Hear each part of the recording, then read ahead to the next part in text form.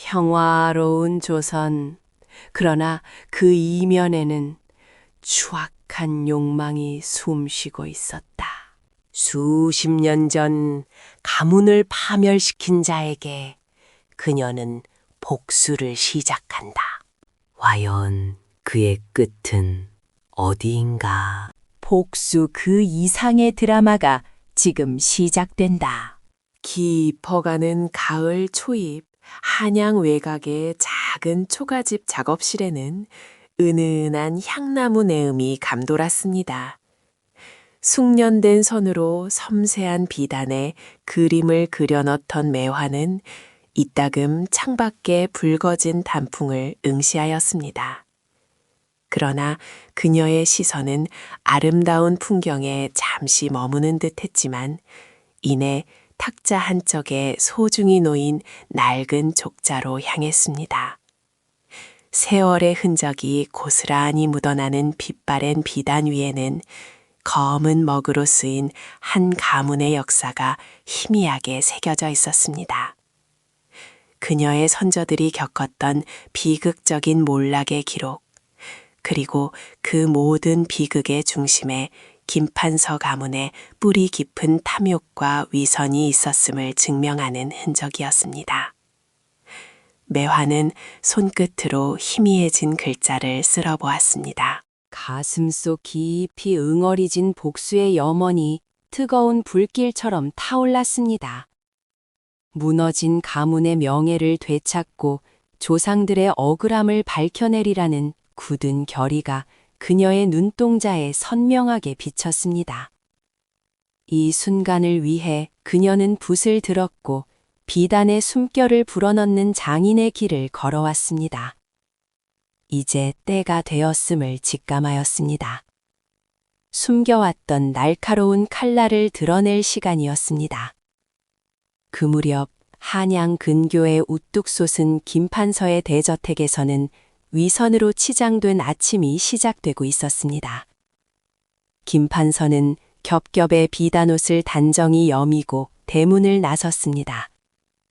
그는 저택 앞에 모인 백성들 앞에서 인자한 미소를 지으며 구휼미를 내렸습니다. 백성들을 향해 덕담을 건넸지만 그의 눈빛에는 진심 되신 번드르르한 허세만이 가득하였습니다. 굶주림에 허덕이는 노파가 감히 고개를 들어 애원하자 김판서는 인자한 척 그녀의 등을 토닥였지만 속으로는 성가시다는 듯 고개를 저었습니다. 백성들은 그에게 감흡하는 표정으로 머리를 조아렸습니다. 매화는 이 위선적인 모습을 멀리서 지켜보았습니다. 장인들을 이끄는 박서방에게 자신을 소개할 차례가 왔습니다. 그녀는 수수한 평복 차림이었으나 단정한 용모와 붓을 쥐는 야무진 손놀림에서는 범상치 않은 기품이 묻어났습니다. 송이 화공이라 합니다. 폐허가 된 전각의 복원을 돕고자 왔습니다. 박서방은 그녀의 눈빛에서 형언할 수 없는 깊이를 읽었습니다. 그는 자신도 모르게 고개를 끄덕이며 그녀를 저택 안으로 안내하였습니다. 복수국의 서막이 김판서의 성대한 저택에서 비로소 열리는 순간이었습니다. 저택 내부로 들어선 매화는 웅장한 규모와 화려함에 잠시 압도되는 듯 했습니다. 그러나 그녀의 시선은 곧 목표물을 찾았습니다. 복원 작업이 진행되는 고풍스러운 전각의 마당을 거닐던 김판서의 딸 김정연아 씨는 곱게 따은 머리에 연분홍 치마를 입고 있었습니다. 고요하고 단아한 모습이었습니다. 매화는 비록 그녀가 탐욕스러운 김판서의 혈육일지라도 그 순수한 얼굴에는 아직 세상의 추악함이 묻어있지 않음을 깨달았습니다. 그녀는 잠시 갈등하는 듯했지만 이내 마음을 다잡았습니다. 그때 전각의 그림자 속에서 한 사내가 모습을 드러냈습니다. 바로 윤도령이었습니다. 그의 눈빛은 날카롭고 깊었으며 저택의 화려함 속에서도 어딘가 고독한 그림자를 드리우고 있었습니다. 매화는 윤도령과 스치는 시선 속에서 자신과 비슷한 종류의 고뇌를 엿보는 듯했습니다. 그는 김정연 아씨에게 다가가 조용히 무언가를 건네고 있었습니다. 두 사람은 서로 다른 인상을 풍겼지만 매화는 그들이 이 복수극의 중요한 열쇠가 되리라 예감하였습니다. 그녀는 평정심을 유지하며 맡겨진 작업에 몰두하는 척했습니다. 붓질은 능숙했지만 그녀의 정신은 저택 구석구석을 탐색하고 있었습니다. 해가 기울고 저녁 어스름이 내릴 무렵 매화는 서재 복원 작업을 명목으로 김판서의 서재에 홀로 남게 되었습니다. 수많은 서책과 고문서들이 빼곡히 들어찬 이곳은 김판서의 권세가 응축된 공간 같았습니다. 그녀는 겉으로는 빛바랜 족자를 펼쳐들고 복원할 그림의 밑그림을 그리는 척했지만 손은 재빠르게 책장 사이를 더듬었습니다.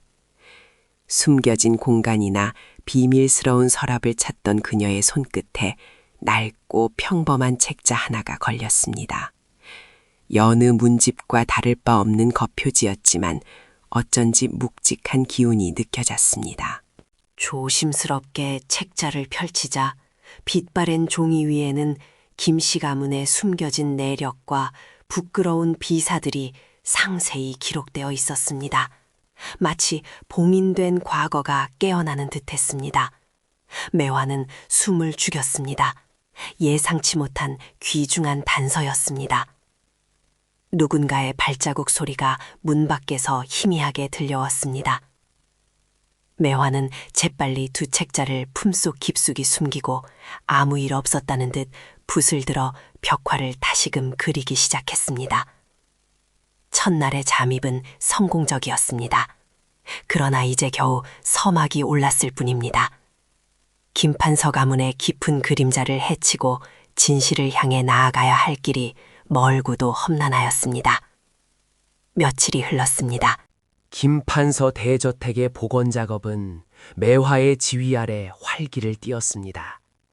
그녀는 폐허가 된 전각에 섬세한 단청을 복원하고 낡은 벽화에 새 생명을 불어넣는 척하며 저택 곳곳에 복수를 위한 장치들을 은밀히 심었습니다. 겉으로는 숙련된 화공의 손길이었지만 그 속에는 치밀한 복수극의 설계가 숨어 있었습니다.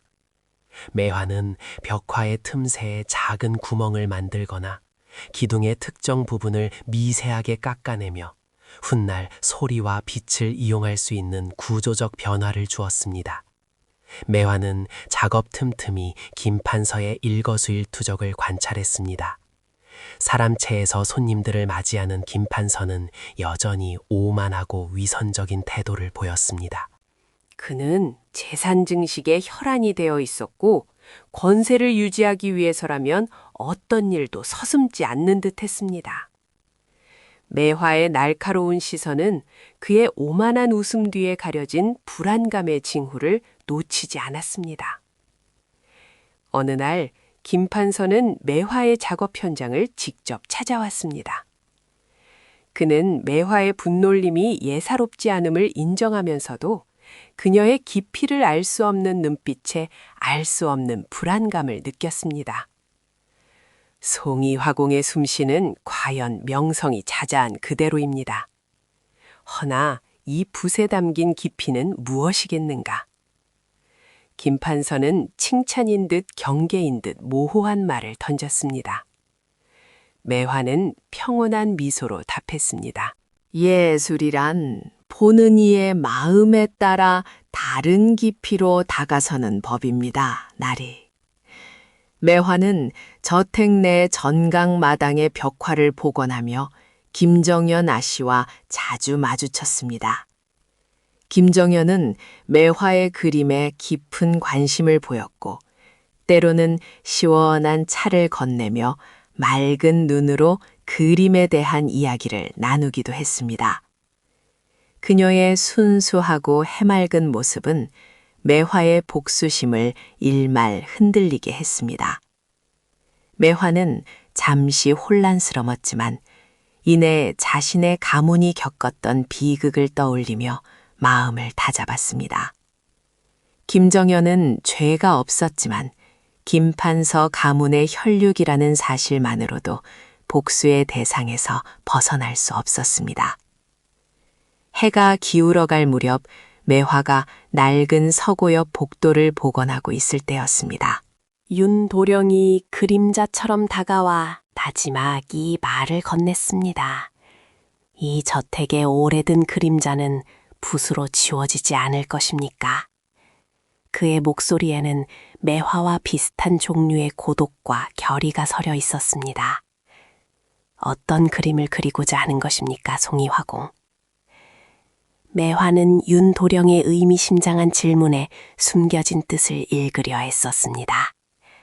그는 마치 매화의 진짜 의도를 꿰뚫어 보는 듯 했습니다.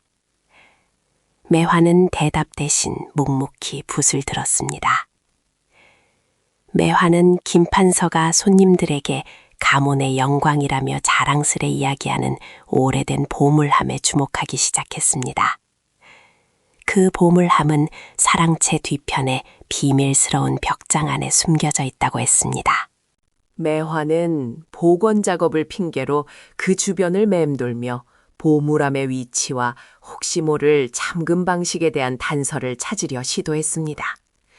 그 안에 김판서 가문의 추악한 진실이 담겨 있을 것이라는 강한 예감이 들었습니다. 그날 저녁 매화가 작업 공간에서 홀로 그림을 정리하고 있을 때 박서방이 조용히 다가왔습니다. 그는 주위를 살피더니 나지막한 목소리로 말을 이었습니다. 송이화공께서는 이 저택의 옛 그림들을 꼼꼼히 살피시더군요. 허나 진짜 진실은 그림이 아닌 글로 남아있을 수도 있습니다. 오래전 저에게 이 저택의 비극을 기록한 서책에 대한 소문이 들려왔습니다. 가문의 중요한 기록이 숨겨진 서책이 있다고 말입니다. 박서방의 말은 매화의 심장을 강하게 울렸습니다. 결정적인 증거가 될 수 있는 서책의 존재. 그의 눈빛은 매화의 복수심에 또 다른 불씨를 지피는 듯했습니다. 매화는 그의 말에 담긴 무게를 느끼며 다음 단계를 위한 각오를 다졌습니다. 밤은 깊어갔고 대저택의 그림자는 더욱 깊어지고 있었습니다. 일주일이 흘렀습니다. 김판서 대저택의 복원 작업은 매화의 손길 아래 완연한 모습을 찾아가고 있었습니다. 그녀는 어느덧 저택 내부에 설치된 모든 복수 장치들의 최종 점검을 마쳤습니다. 대청마루 기둥 속 은밀한 풍경과 서재 벽 틈새에 숨겨둔 작은 거울 조각들이 제자리에 견고하게 고정되었는지 확인하였습니다. 그녀의 손끝이 스치는 곳마다 치밀한 복수국의 윤곽이 더욱 선명해졌습니다. 매화는 완벽하게 숨겨진 장치들을 확인하며 결연한 눈빛으로 다음 단계를 계획하였습니다. 김정연아 씨는 자신의 방 벽화를 복원하는 매화 곁에 다가와 앉았습니다. 송이화공께서는 그림의 숨결을 불어넣는 듯하네. 저희 가문의 빛나는 역사가 이 벽화처럼 영원히 빛날 것입니다. 김정연은 순진무구한 얼굴로 벽화를 바라보며 가문에 대한 깊은 자부심을 드러냈습니다. 매화는 그런 김정연의 해맑은 믿음에 가슴 한편이 시려왔습니다. 자신이 곧 무너뜨릴 찬란한 환상이 김정연의 순수함을 해칠까 고뇌하였습니다. 하지만 이내 피폐해진 가문의 기억을 떠올리며 흔들리는 마음을 다잡았습니다. 복수의 칼날은 이미 뽑혔고 되돌릴 수 없는 길을 걷고 있었습니다. 같은 시각 저택의 깊수북한 곳에 자리한 은밀한 서재 통로에서 윤도령은 박서방을 기다렸습니다. 어둠이 짙게 깔린 통로 끝에서 박서방의 그림자가 천천히 다가왔습니다. 그는 주위를 경계하며 허리춤에서 낡았지만 귀한 서책 한 권을 꺼내 윤도령에게 건넸습니다. 도령께서 말씀하신 그 서책이옵니다. 부디 이 서책이 진실을 밝히는 데 쓰이기를 바랍니다. 윤도령은 박서방의 손에서 서책을 받아들었습니다. 서책의 묵직한 무게가 그의 손에 고스란히 전해졌습니다. 그의 눈빛에는 굳건한 결의와 함께 깊은 고뇌가 서려 있었습니다. 이튿날 윤도령은 그림을 마무리하는 매화에게 다가와 나직이 말을 건넸습니다. 다가오는 연회에 김판서 나리께서는 늘 서재에 들러 귀한 손님들에게 가문의 보물들을 자랑하는 습관이 있으십니다. 특히 저녁 연회 전에 잠시 자리를 비우시는 때가 있을 것입니다. 윤도령은 김판서의 동선과 은밀한 약점을 암시하는 정보를 간접적으로 흘렸습니다. 매화는 그의 말에 담긴 깊은 뜻을 알아차리고 고개를 끄덕였습니다. 윤도령의 조언은 매화의 복수 계획에 결정적인 지표가 되었습니다. 한편 김판서는 다가오는 연회에 대한 기대감으로 가득 차 있었습니다. 그는 저택 곳곳에 매화의 손길로 새롭게 단장된 모습을 보며 흐뭇해하였습니다. 허나 동시에 마음 한구석에는 설명할 수 없는 불안감과 의심이 자라나고 있었습니다. 그는 매화의 차분한 눈빛과 윤도령의 심상치 않은 기색에서 미묘한 변화를 감지하였습니다. 무엇이 나를 이리도 심란하게 하는가? 김판서는 중얼거리며 주변의 모든 것을 의심스러운 눈길로 살폈습니다. 매화는 김판서의 서재 뒤편 비밀 공간을 오가며 오래된 보물함에 접근할 기회를 엿보았습니다. 그녀는 복원 작업을 핑계 삼아 보물함이 숨겨진 벽장의 구조를 면밀히 파악하였습니다. 오랜 세월의 흔적이 묻어나는 보물함의 잠금 장치와 경첩들을 자세히 관찰하며 훗날 열쇠를 만들 준비를 하였습니다.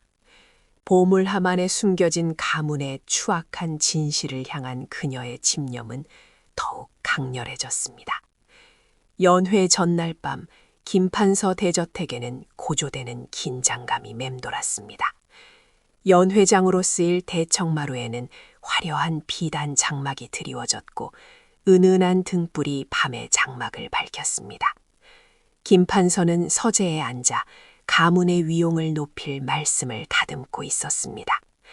그는 붓을 든 채 고위 관료들과의 대화를 머릿속으로 그리며 흐뭇한 미소를 지었습니다. 자신의 권세를 과시할 절호의 기회를 앞두고 그의 눈빛은 탐욕스러운 빛으로 번뜩였습니다.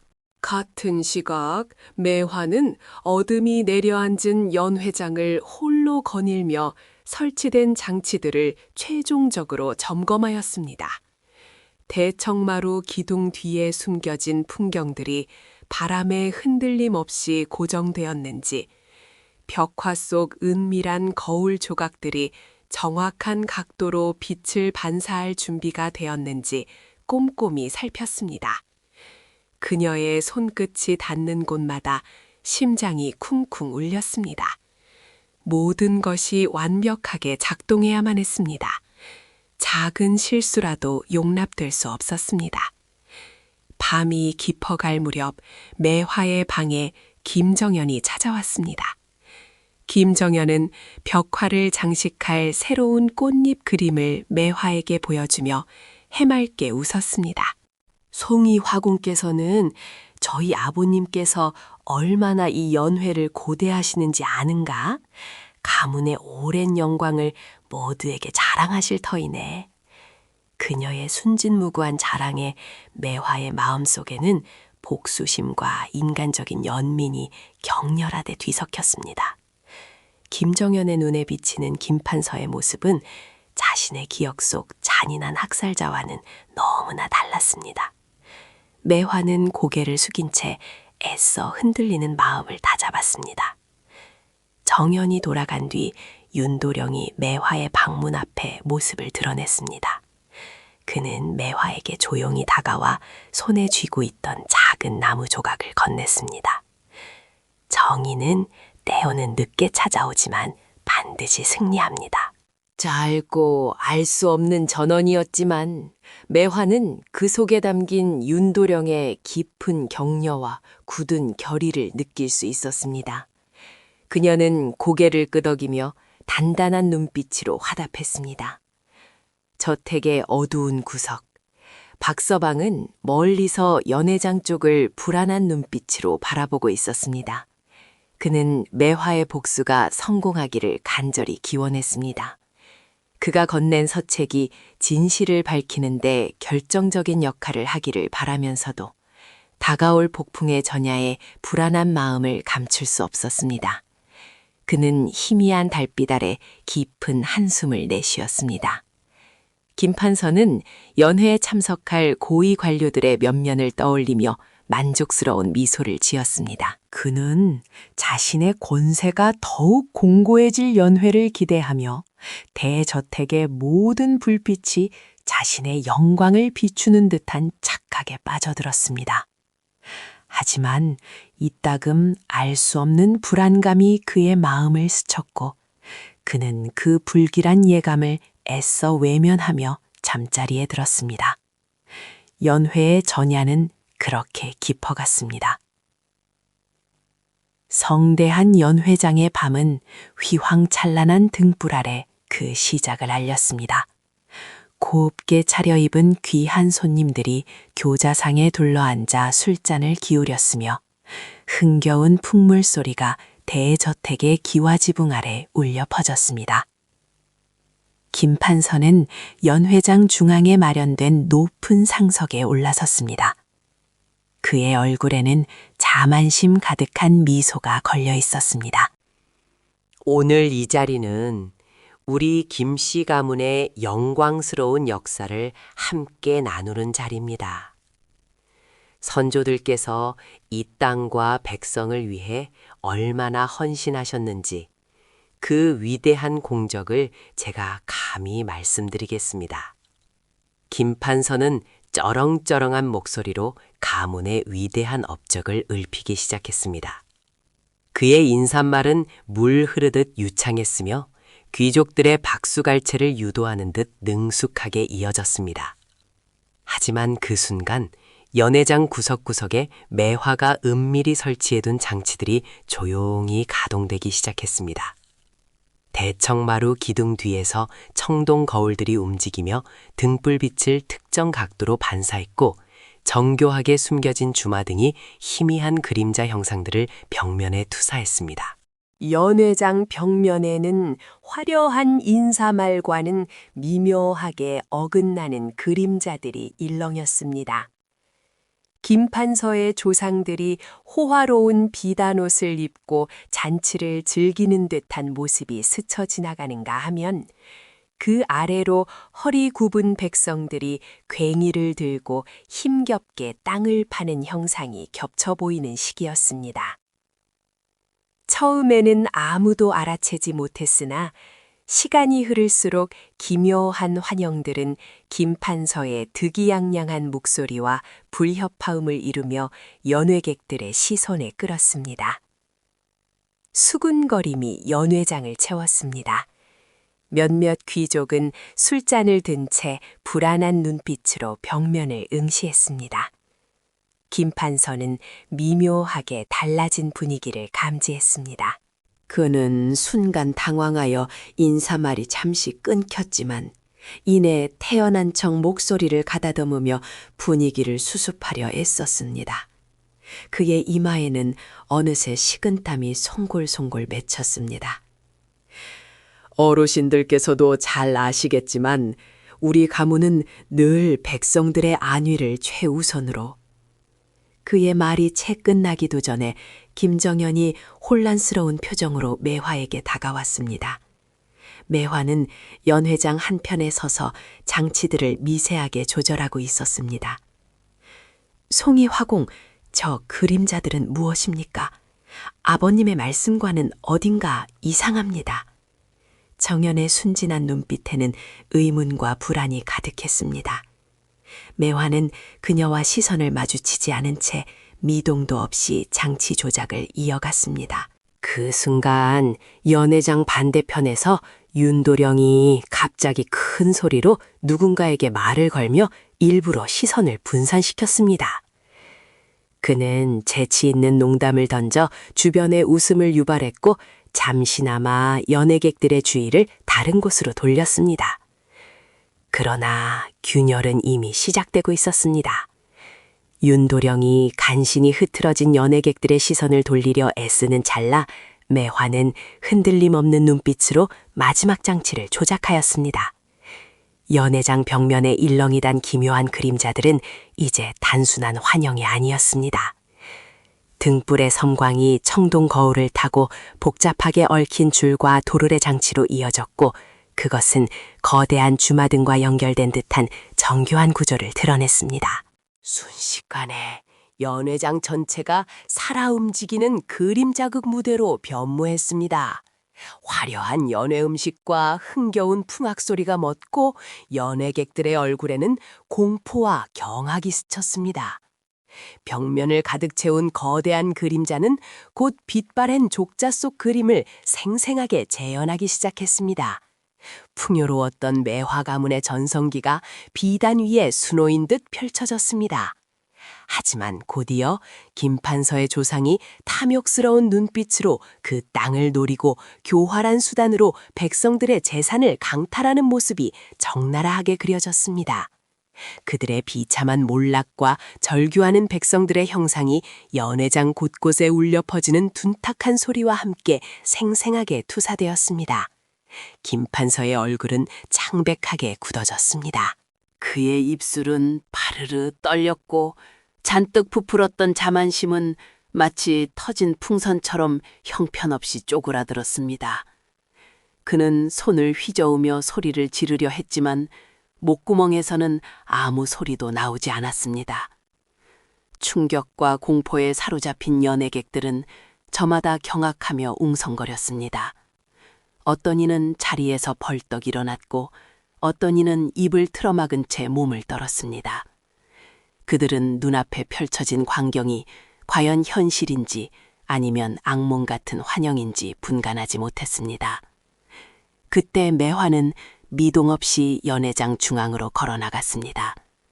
그녀의 시선은 연단 한쪽에 장식처럼 놓여있던 오래된 보물함에 고정되었습니다. 김판서의 조상 대대로 가문의 영광이라 칭송하던 빛나는 자개와 영문양이 새겨진 그 보물함이었습니다.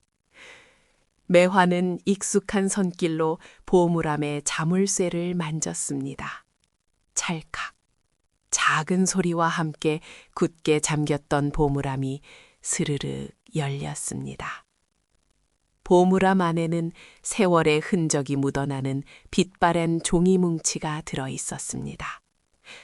매화는 주저없이 그것을 꺼내 들었습니다. 종이는 조심스럽게 펼쳐졌고 그 위에 또렷이 박힌 붉은 인장과 함께 김판서 조상의 친필로 작성된 위조 매매 문서와 수탈의 기록이 선명하게 드러났습니다. 연회장에는 충격에 찬 비명과 함께 묵직한 침묵이 흘렀습니다. 모든 이의 시선이 그 문서에 그리고 매화에게 꽂혔습니다. 모든 거짓이 백일화에 드러나는 순간 김판서의 얼굴은 핏기 하나 없이 질렸습니다. 이마에는 식은땀이 비오듯 흘렀고 눈동자는 광기 어린 분노와 극심한 공포로 일렁였습니다. 그의 위선적인 가면은 산산이 부서지고 추악한 본성이 그대로 노출되었습니다. 그는 짐승처럼 으르렁거리며 연단 아래로 뛰쳐내려왔습니다. 내년, 감히 우리 가문을 모욕하는 것이냐? 김판서는 매화에게 달려들었습니다. 그의 손은 그녀의 목을 움켜쥐려는 듯 허공을 갈랐습니다. 그 광경을 지켜보던 김정현은 믿을 수 없다는 듯 두 손으로 입을 틀어막았습니다. 그녀의 눈동자는 공허하게 흔들렸고 온몸은 경련하듯 떨렸습니다. 자신이 평생 믿고 자랑스러워했던 가문의 역사가, 사랑하는 아버지가 이토록 추악한 진실을 감추고 있었다는 사실에 정신적 충격과 좌절감에 휩싸였습니다. 그녀는 자신의 두 눈앞에서 펼쳐지는 파멸의 그림자에 쓰러질 듯 비틀거렸습니다. 김판서의 짐승 같은 포효와 함께 휘둘러진 손이 매화의 뺨을 스치는 순간, 그에게로 향하던 관료들과 백성들은 일제히 숨을 들이켰습니다. 연 회장은 이제 더 이상 축제의 장이 아닌 파국이 휩쓰는 지옥으로 변모했습니다. 매화는 흔들림 없는 눈빛으로 김판서의 분노를 응시했습니다. 그녀의 심장은 복수의 끝을 향해 고요히 뛰고 있었습니다. 그때 연 회장 안쪽에서 예상치 못한 목소리가 터져나왔습니다. 그만두십시오, 김판서 어른. 모든 시선이 목소리의 주인에게로 향했습니다. 윤도령이었습니다. 그는 더 이상 방관자가 아니었습니다. 그의 얼굴에는 단호한 결의가 서려 있었고 한 손에는 낡고 두툼한 서책 한 권을 단단히 쥐고 있었습니다. 그는 매화를 보호하듯 한 걸음 앞으로 나섰습니다. 이 자는 이미 온갖 죄악이 드러난 파렴치한입니다. 더 이상 백성을 기만하고 가문의 명예를 더럽히지 마십시오. 윤도령의 목소리는 연 회장의 울려 퍼지는 혼란을 뚫고 명징하게 들렸습니다. 김판서는 순간적으로 매화를 향한 광적인 분노를 멈추고 윤도령을 노려보았습니다. 네 이놈, 감히 누구에게? 윤도령은 김판서의 말을 잘라내며 자신의 갓을 벗었습니다. 저는 30여 년 전 김판서 어르신의 조상에게 재산을 강탈당하고 가문이 몰락한 윤가의 후손입니다. 제 조상들의 억울함을 밝히고 김판서 어르신의 탐욕을 끝내기 위해 이 자리에 섰습니다. 장례는 다시 한번 경악으로 술렁였습니다. 또 다른 피해 가문의 후손이 등장했다는 사실에 관료들과 백성들은 충격을 감추지 못했습니다. 윤도령은 품 안에 감추고 있던 결정적인 증거 서책을 높이 치켜들었습니다. 이것은 박서방이 매화에게 그 존재를 알리고 매화의 복수를 돕기 위해 윤도령에게 전달했던 그 서책이었습니다. 이 서책에는 김판서 어르신 조상 대대로 이어져 온 추악한 탐욕과 백성의 고혈을 짜낸 비리들이 낱낱이 기록되어 있습니다. 또한 최근 몇 년간 김판서 어르신이 자행한 불법적인 토지 강탈과 뇌물수수, 그리고 무고한 백성을 억압한 기록까지 모두 담겨 있습니다. 윤도령은 떨리는 손으로 서책을 펼쳤고 연 회장 중앙에 놓인 탁자 위에 조심스럽게 올려놓았습니다. 그는 가장 핵심적인 부분을 찾아 큰 소리로 낭독하기 시작했습니다. 그 내용은 김판서의 조상이 어떻게 자신의 권력을 남용하여 이웃 가문을 파멸시키고 재산을 축적했는지, 그리고 현재 김판서가 그 악행을 답습하며 민심을 등지고 권력을 사리사욕에 이용했는지를 적나라하게 고발하고 있었습니다. 서책의 내용이 낭독될수록 김판서의 얼굴은 더욱 일그러졌습니다. 그는 이미 매화가 폭로한 진실만으로도 무너질 지경이었으나 윤도령의 증언은 그에게 마지막 남은 변명의 여지마저 앗아갔습니다. 김정현은 비틀거리며 겨우 자리에 주저앉았습니다. 그녀의 넉나간 눈동자는 눈물조차 마른 듯 공허했습니다. 평생 믿어왔던 세상이 산산조각 나는 고통 앞에서 그녀는 더 이상 버틸 힘이 없었습니다. 거짓말이다. 모두 꾸며낸 이야기일 뿐이다. 김판서는 울부짖듯 소리쳤습니다. 그러나 그의 목소리에는 이미 절규와 공포가 뒤섞여 있었고 그 어떤 위험도 찾아볼 수 없었습니다. 그는 이제 더 이상 위선적인 가면을 쓸 힘조차 남아있지 않았습니다. 비참하게 무릎을 꿇고 주저앉은 그는 두 손으로 얼굴을 감싸고 절규했습니다. 그의 몸은 격렬한 분노와 수치심, 그리고 모든 것을 잃었다는 절망감에 파르르 떨렸습니다. 연회에 참석했던 관료들은 김판서의 죄상이 겹겹이 드러나자 격양된 표정을 감추지 못했습니다. 그들은 이제 더 이상 김판서의 권세에 눌려 침묵할 수 없었습니다. 이런 추악한 자가 어찌 판서의 자리에 앉아 있었단 말인가? 엄중히 처벌해야 마땅합니다. 백성의 피눈물을 닦아내야 합니다. 연회객들 또한 분노에 찬 목소리로 김판서의 죄에 대한 엄중한 처벌을 요구했습니다. 정의를 향한 함성이 연회장을 가득 메웠습니다. 매화는 김판서의 절규와 군중의 분노 속에서 고요히 서 있었습니다. 그녀의 눈은 연회장 한가운데에 무릎 꿇고 절규하는 김판서를 지나 윤도령에게로 향했습니다. 윤도령 또한 매화를 바라보았습니다. 두 사람의 시선이 마주치는 순간 어떤 말도 필요하지 않았습니다. 그들의 눈빛에는 오랜 복수와 정의 실현의 성공을 확인하는 깊은 공감과 침묵의 승리감이 맴돌았습니다. 마침내 정의가 실현되는 통쾌한 순간이었습니다. 수개월 후 한양의 차가운 감옥에는 한때 존경받던 김판서의 비루한 모습이 남아 있었습니다. 조정의 엄정한 심판을 받아 모든 관직을 박탈당하고 가문 재산이 몰수된 그는 더 이상 권세가의 위험을 찾아볼 수 없었습니다. 썩은 지푸라기 위에 앉아 흐린 눈으로 벽을 응시하는 그의 모습은 한때 휘둘렀던 권력과 위선이 얼마나 덧없는 것이었는지를 상징하는 듯했습니다. 그를 나락으로 떨어뜨린 결정적 증거 중 하나는 다름 아닌 매화가 김판서의 서재에서 우연히 발견했던 오래된 책자 속에 숨겨진 고문서들이었습니다. 김씨 가문의 오랜 비리와 죄상이 낱낱이 기록된 그 문서들은 최종 판결의 쐐기를 박는 결정적인 역할을 하였습니다. 한때 번성했던 김판서의 저택은 이제 주인을 잃고 쓸쓸한 폐허로 변해 있었습니다. 매화는 그 황량한 마당에 서서 고요한 성취감과 함께 홀가분함을 느꼈습니다.